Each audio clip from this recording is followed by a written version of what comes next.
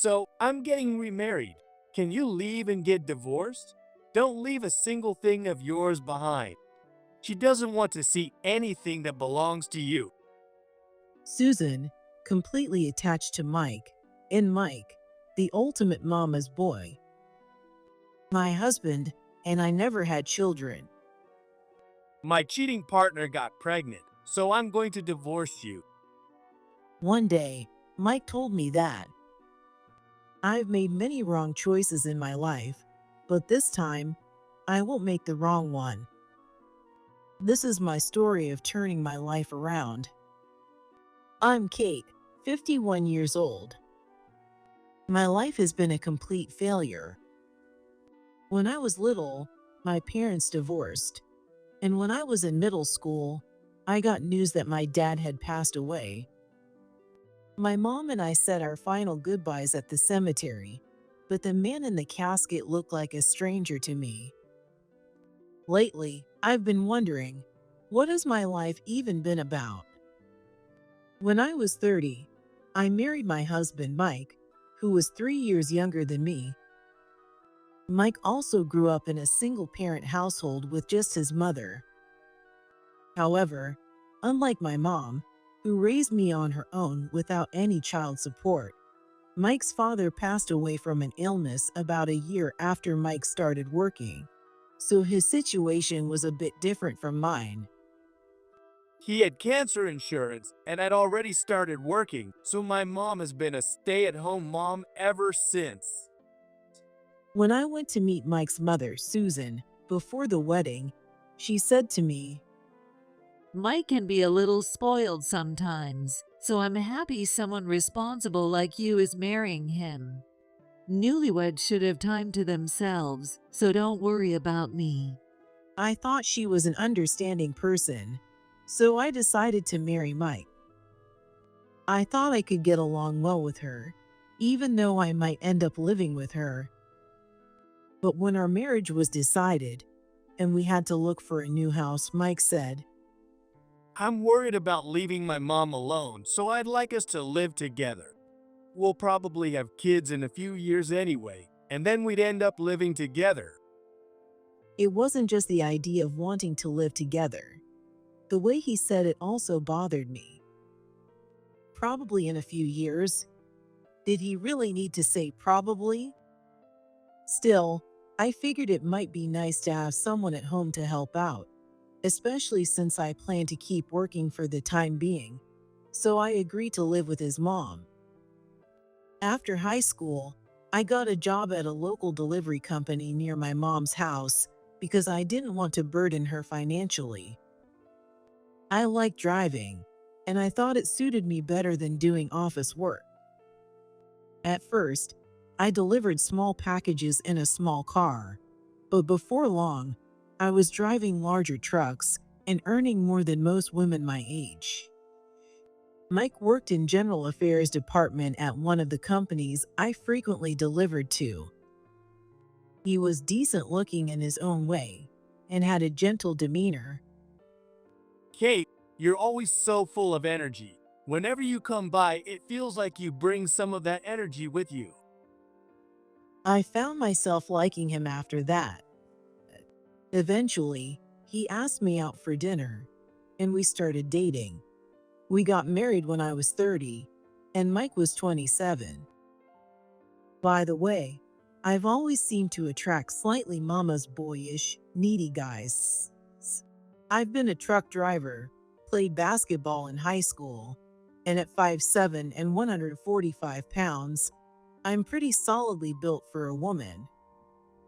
Maybe it's just a stereotype, but I feel like strong masculine men who exude confidence prefer more delicate women, and they don't really go for someone like me. In fact, Mike seemed like a slightly timid mama's boy. However, after we got married, I realized he wasn't just a little bit of a mama's boy. He was very much one. And while I thought he was shy and gentle, he turned out to be quite selfish and bossy. We started our married life in Mike's family's rental apartment. It had a room for Susan, our bedroom, and a separate room for Mike. Our bedroom was originally a study that Mike's late father used, but they'd put a bed in it for us. I didn't have my own room, but since I was at work during the day and my truck felt like my own private space, not having a personal room at home didn't really bother me. Kate, you're working after all. Leave the housework to me. That's what Susan told me. And since we were both working, our combined income would double. I imagined a bright future where we could save money, buy a bigger apartment, or even build a house. Susan's cooking wasn't bad, but it didn't quite align with the taste I had developed over 30 years. My mom was an excellent cook, and I would sometimes crave her cooking terribly. Even so, I hesitated to cook myself, thinking Susan might not feel good about it. Little by little, dissatisfaction and stress started to build up. I realized how important eating habits are in marriage. Shortly after we got married, when I cooked for the first time on one of my days off, Mike said, This is kinda bland and unsatisfying. Honestly, Mom's cooking is way better. Mike, you shouldn't say things like that. Kate doesn't have as much cooking experience as I do, so it can't be helped.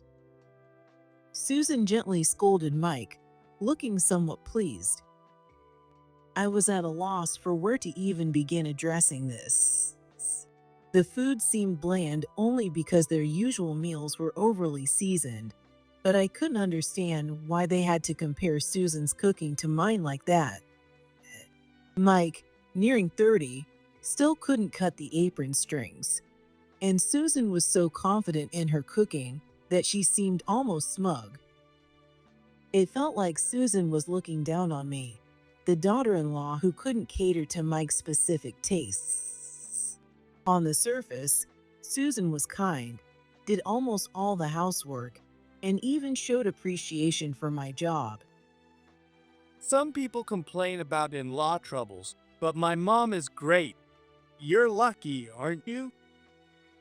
Mike often said things like that, but I couldn't help feeling that he was elevating Susan while belittling me. Still, I figured that if I said anything negative about Susan, I'd end up being seen as the bad one.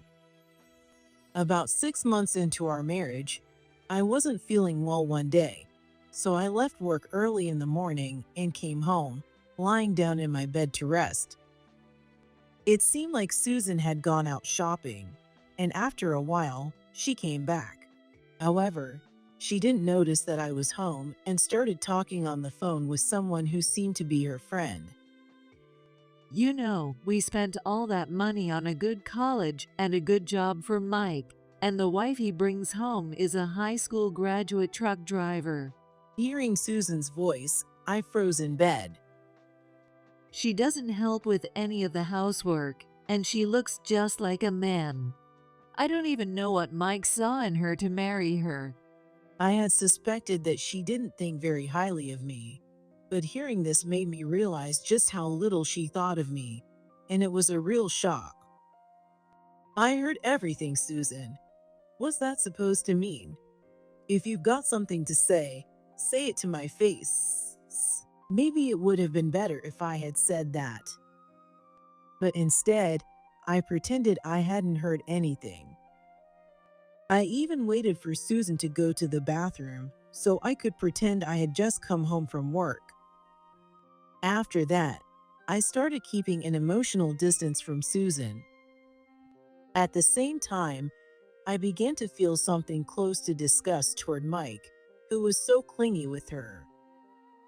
I couldn't stand how Mike constantly compared Susan and me in every little thing. Even after 2 years of marriage, Mike and I still didn't have any children.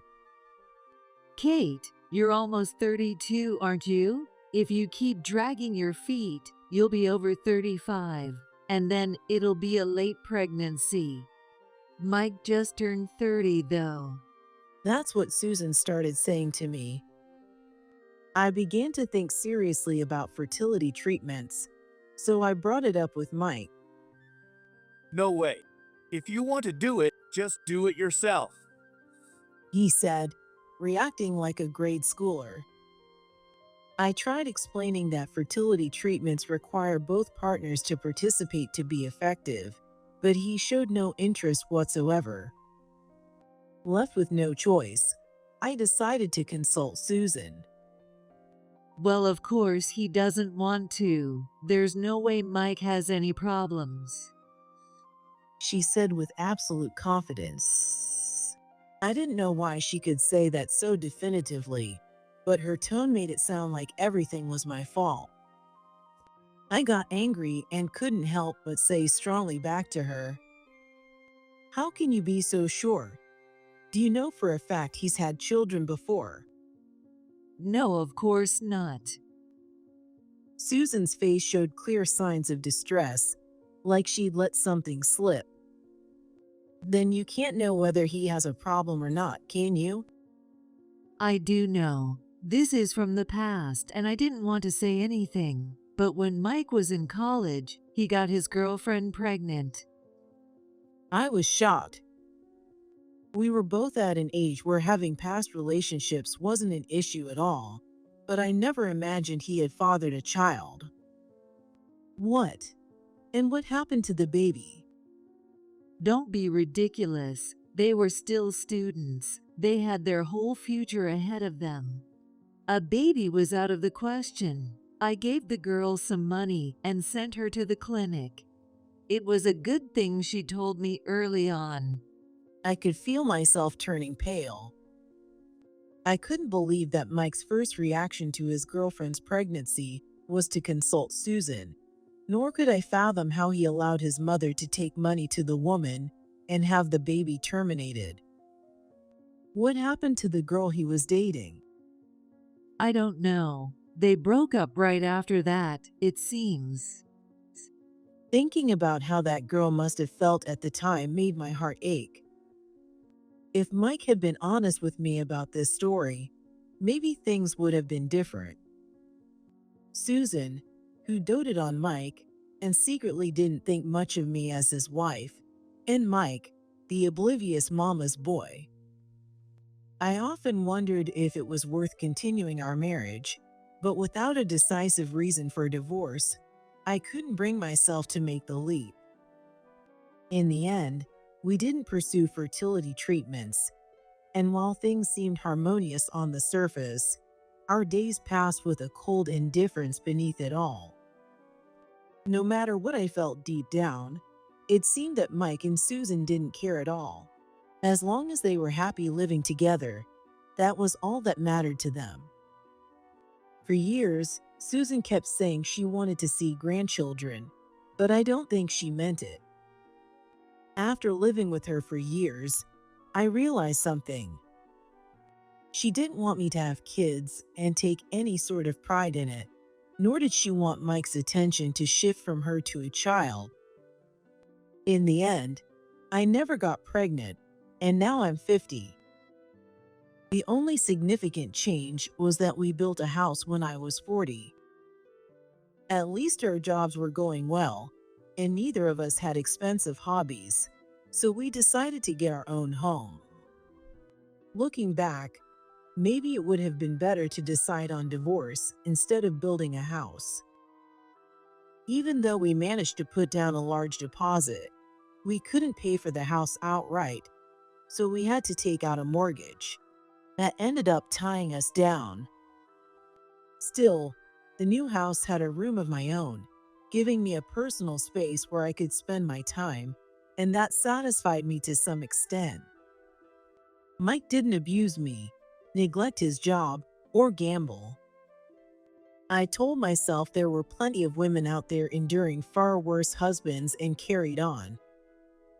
Nowadays, the three of us no longer eat together, and Susan has stopped preparing meals for me. I no longer feel the need to be considerate of her and simply cook and eat whatever I like. I was still working as a driver, had moved up in my job, and earned a decent income. My life was comfortable.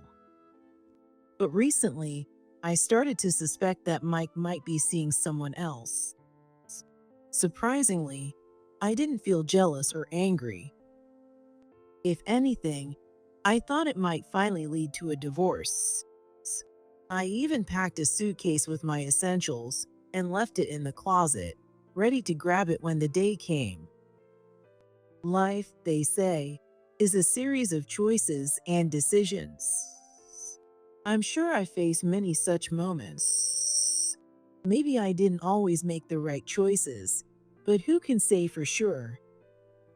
I'm not particularly unhappy, nor am I especially happy. I'm not wealthy, but I'm not poor either. Having passed the halfway point of my life, I sometimes wonder if this life I've lived has been good enough. One day, Mike said to me, So I'm getting remarried. Can you leave and get divorced? Don't leave a single thing of yours behind. She doesn't want to see anything that belongs to you. "So it's finally happening," I thought, feeling completely indifferent. She's pregnant. A useless wife who couldn't even have kids has no place here. Leave immediately.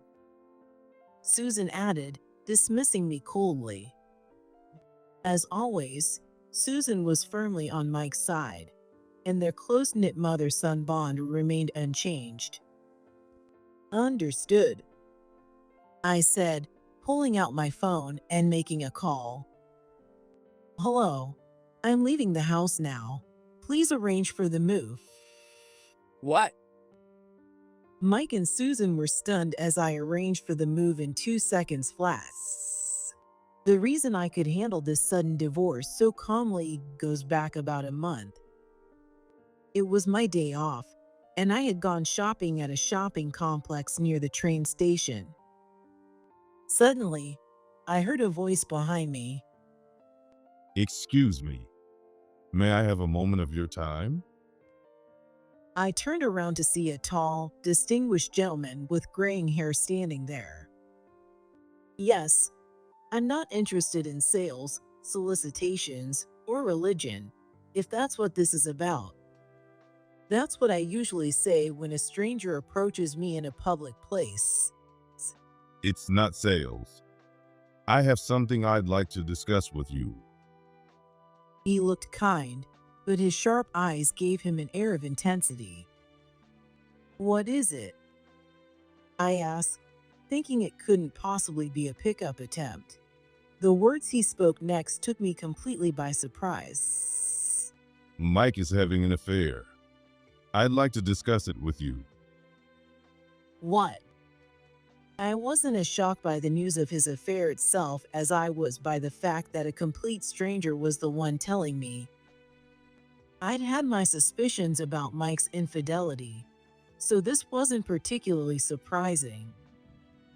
Intrigued, I decided to hear the man out, and we went to a nearby coffee shop to talk. I deeply apologize for bringing this up so suddenly. As he said this, the gentleman handed me his business card, which bore the title of CEO of a prominent local company and the name Robert. Having worked as a driver in this area for many years, I knew about it. Drivers often share client information with each other, and this practice is quite extensive. It's primarily to avoid potential trouble. The company Robert managed was once founded by a group formerly referred to as a gang, but had since transformed into a legitimate, successful business. To the public, it appeared to be just an ordinary company, and most people probably had no idea of its past. However, the company seemed to employ more than a few employees with rather intimidating appearances. I felt a cold sweat forming. Could it be that Mike got involved with the wife of someone dangerous in this company? But that wasn't the case. The woman Mike is having an affair with is my sister, Emma. There's quite an age gap between them, though. What? This was unexpected. Not his wife, but his sister. Noticing my puzzled expression, Robert slowly began to explain. 5 years ago, Emma lost both her husband and her 5-year-old son in a car accident caused by her husband's driving. The story started with something I had not anticipated at all. Emma was severely injured and traumatized by the accident, leading to a mental breakdown. She spent several years in a hospital. She was discharged 2 years ago, and for the past year, she has been working a few hours a day as a waitress at a coffee shop as part of her rehabilitation. It seems that's where she met Mike. It seemed that the coffee shop was part of Robert's restaurant group. His genuine concern for his much younger sister, Emma, and his determination to support her were evident. I'm truly sorry, but Emma is now 3 months pregnant. She's already 43 years old, and she feels that if she misses this chance, she'll never have a child. She is determined to go through with the pregnancy. I know this situation is morally questionable, but after losing both her husband and child, I can't help but feel sympathy for Emma. If possible, I want to help her achieve this dream. Robert pleaded with me earnestly, his expression serious. Sure. What? Robert seemed surprised by my straightforward response. It would be strange to say I'm happy about it, but I'll get a divorce. Mike and I don't have kids, and if there's someone who needs them, then it's probably better that way. Well, but I'm sorry. Thank you. I'll make sure you're compensated appropriately. I knew that when one spouse cheats, it's possible to demand compensation from the affair partner. I don't plan to take anything from Emma. I'll get the compensation from Mike. We've been married for 20 years, built a house, and saved money. I'll make sure we split the assets fairly before I leave. Feeling oddly cheerful, I said this. If you need a lawyer, please don't hesitate to contact me. And if there's anything else we can do, just let me know. I assumed he had a top-notch lawyer on standby, and then I said, well, there is one thing I'd like to ask. Of course, if it's something I can do. When Mike brings up our divorce, I plan to leave immediately. Would it be possible for you to arrange the move for me at that time? I had thought about asking the moving company I worked for, but explaining the situation seemed like a hassle. Robert looked a bit surprised and said, Is that all?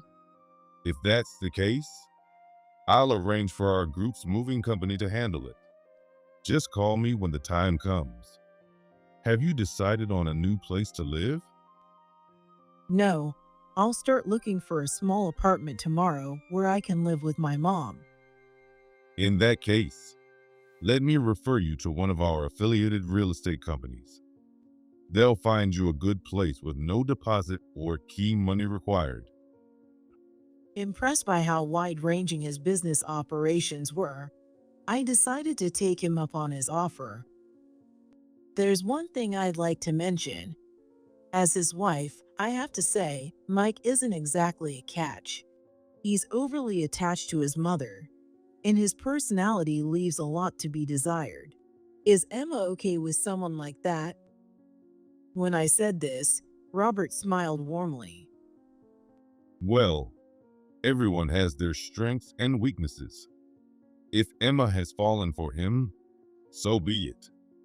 But if he ever makes her cry, I won't stand for it. His smile was pleasant, but there was an undeniable intensity behind it. With someone like Robert backing her, neither Susan nor Mike would dare to neglect Emma. After hanging up from arranging the move, I turned to Mike and said, "You're divorcing me because of your infidelity, so you'll be paying alimony. I'll also be taking my share of the house and savings as part of the asset division." What? Mike and Susan both exclaimed at the same time. Of course, any assets accumulated during a marriage are equally owned by both partners. As for the alimony, $50,000 will suffice. You've got to be kidding. Why should I pay that kind of money to a useless wife like you? Yeah, I'm not paying anything.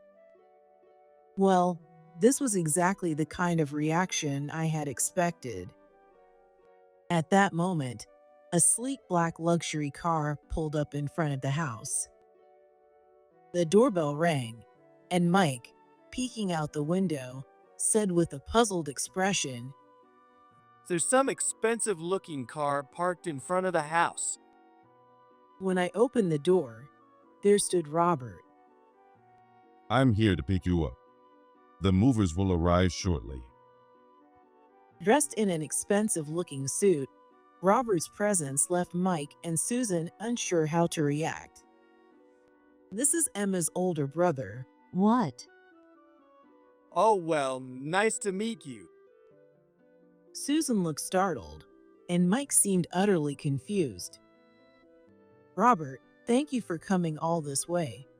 I was just discussing the asset division and alimony, but it seems they have no intention of paying. I see. That's unfortunate. In that case, I'll arrange for a lawyer to handle it. Wait a minute. Why is Emma's brother getting involved in this? And how do you even know him? Robert came to speak with me for Emma's sake. Also, he's the CEO of a major, well-known company in this area. Hearing this, Susan and Mike's faces briefly lit up. Maybe they thought this was their ticket to wealth. He's legitimate now, but he used to be part of a gang. You noticed, did you? Robert chuckled wryly. Well, I've been a driver in this area for years. When you handed me your business card, I recognized the company name immediately. Upon hearing the word gang, Susan and Mike visibly started to panic. Don't worry, it's a proper, respectable company now. But if Emma ends up crying or unhappy, who knows what might happen? I said this with a cheerful smile. After that, a thoroughly intimidated Mike and Susan reluctantly agreed to the division of assets and the payment of alimony with almost no resistance. I signed the prepared divorce papers, instructed the movers who had arrived to pack up my belongings, and headed for the front door with my suitcase, feeling unusually lighthearted. Robert arranged for me to stay in a luxury condo near the train station. The spacious interior was already furnished with basic furniture, and the balcony was large enough to play catch-on. Yet, the rent was as low as that of a small studio apartment. I protested, saying I couldn't accept such generosity, but Robert wouldn't hear of it. Emma took your husband, Mike, away from you. You have every right to demand more. No, this is more than enough.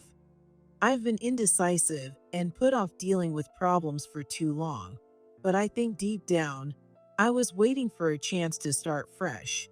So honestly, I should be the one thanking you. When I said this, Robert looked at me with a hint of admiration. Life is said to last 100 years, so I figure I'm at the halfway point. From now on, I want to enjoy the rest of my life doing what I love. The balcony is spacious enough for a home garden, and maybe I'll get a big dog. I might even reset my career and take some time to travel. Feeling both physically and emotionally lighter, I found myself sharing these excited thoughts with him. That sounds wonderful. I think traveling with you would be a lot of fun. His words made my heart skip a beat for a moment. I ensured that I received a fair share of the assets and alimony from Mike. Since dividing the house in half wasn't feasible, I let Mike and Susan keep it in exchange for cash. Considering the remaining bank balance, Mike was left nearly penniless. On top of that, the mortgage still had 5 years remaining. You stole someone else's husband. So as a penalty, I won't be helping you or Mike. You two will have to figure out how to be happy together. Robert reportedly told Emma.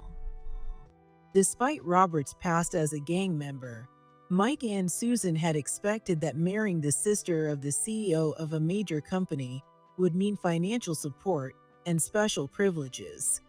However, their expectations were dashed, leaving them visibly displeased.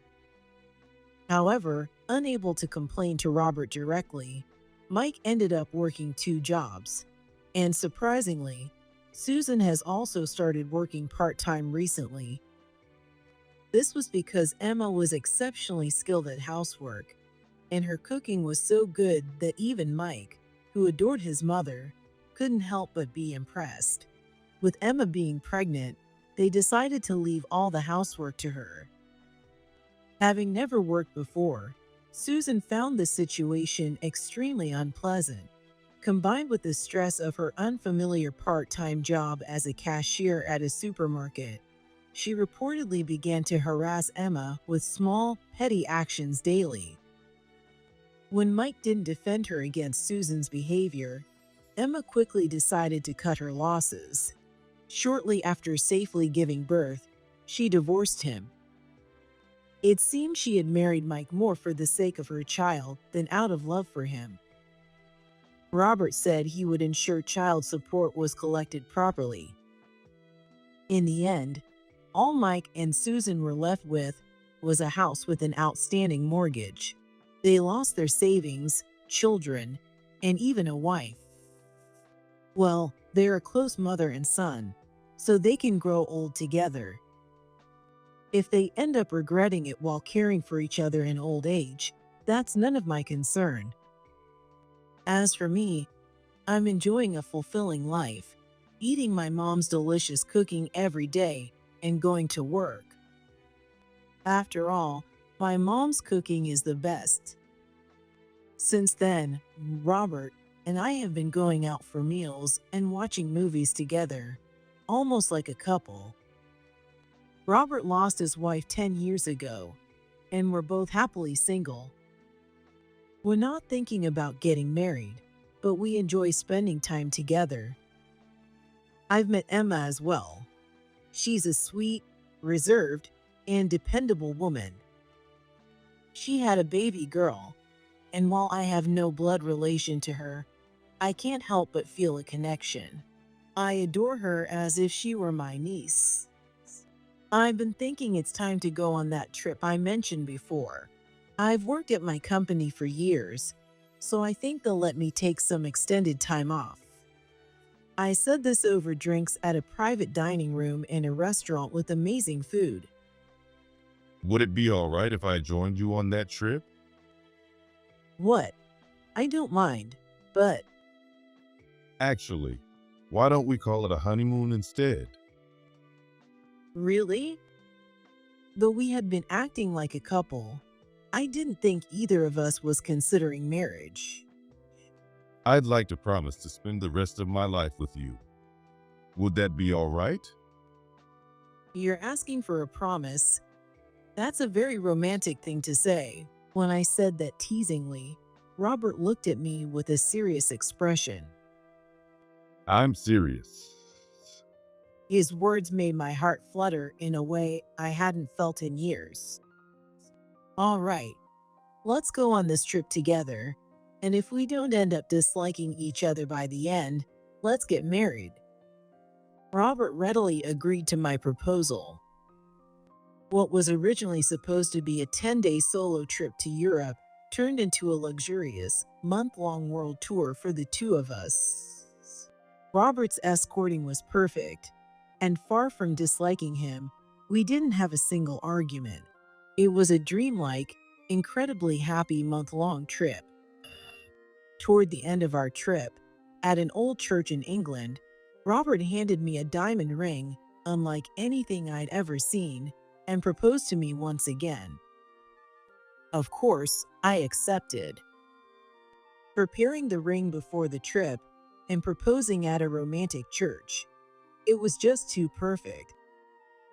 After we returned home, we held a wedding reception with our close family and friends. Our new home after the wedding is Robert's spacious estate. He had lived there alone for many years after losing his first wife, but thanks to a housekeeper who came regularly, every room was beautifully maintained. Since Robert welcomed the idea, I ended up living there with my mom.